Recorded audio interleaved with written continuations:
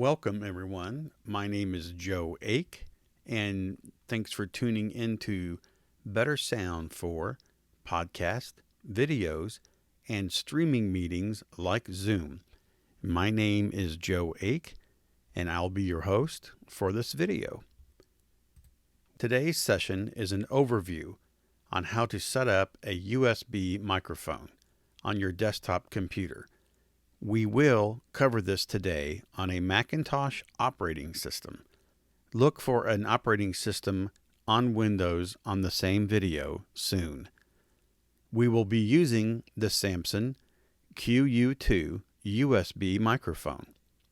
These instructions can apply to all USB-powered microphones. So let's get started. There's two ways to get to your sound control on a Mac. Number one is to go up to the Apple at the very top left corner and go down to System Preferences. And that's where we want to be. While I have this screen open, there is another way. If you just go to your dock, and of course, if you're a Mac user, you're probably familiar with the gears and System Preferences. Same thing. If I click it, it actually doesn't change. We're there. Next, we're going to go to the sound icon, which looks like a little speaker. We're going to click it, and then we're going to open up into our input and output and sound effects. Sound effects, we won't do anything in that. We're only concerned with input and output at this time. In here, you see settings for the selected device, which is we select in the list. And when you plug a USB powered device in this case, Samson Q2U microphone, or your microphone of choice by USB, it'll populate in the list right here. And then the properties down below right here, this little dancing meter and the volume input will be an adjustment you can make on your computer.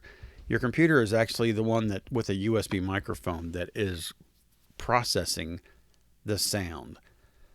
So you'll want to make sure that these are adjusted first before you adjust anything else. If you've got these right, then the other settings that you'll use and other software will also correspond once you have these input settings correct. The output is Samson. In this case, you'll select it, and all this does is make sure that you can hear yourself through your headset. I want to preface with you to definitely always have a set of headphones on, whether they're earbuds or closed back headphones.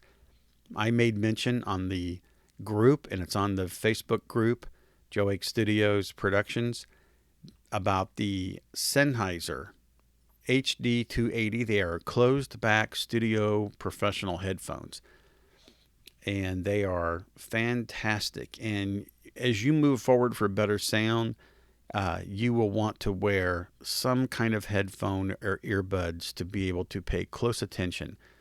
Now I'm going to leave this window open for a minute. I'm going to go back to the input section of this dialog box, and I want you to really tune in and, again, listen. Since we're on sound, I want you to listen to this microphone. And I'm going to raise and lower the input volume. This will be known as gain as you get more experienced, raising the gain. And that's terminology in audio production. And so if you ever hear someone talk about it, my mic doesn't have much gain, then they're talking about the input power. It's described here on this dialog box as volume, and it probably will be on a Windows computer too. So we will adjust that probably right around 75% in most cases. And I am roughly 6 to 5 inches away from my microphone right now. So we don't want to overpower in this particular setting by coming in too close to the microphone, or actually making the volume raise up so far to where when we get in, we're going to start to distort And we'll see what distortion is. I'm now back 5 inches away, 6 inches away from the mic. I will go into distortion on other videos, and it's a problem in your editing software that you cannot fix. So this is why this is so important to get this part right. That's it for this video and the USB mic hookup, and I will see you in the next video on the next topic.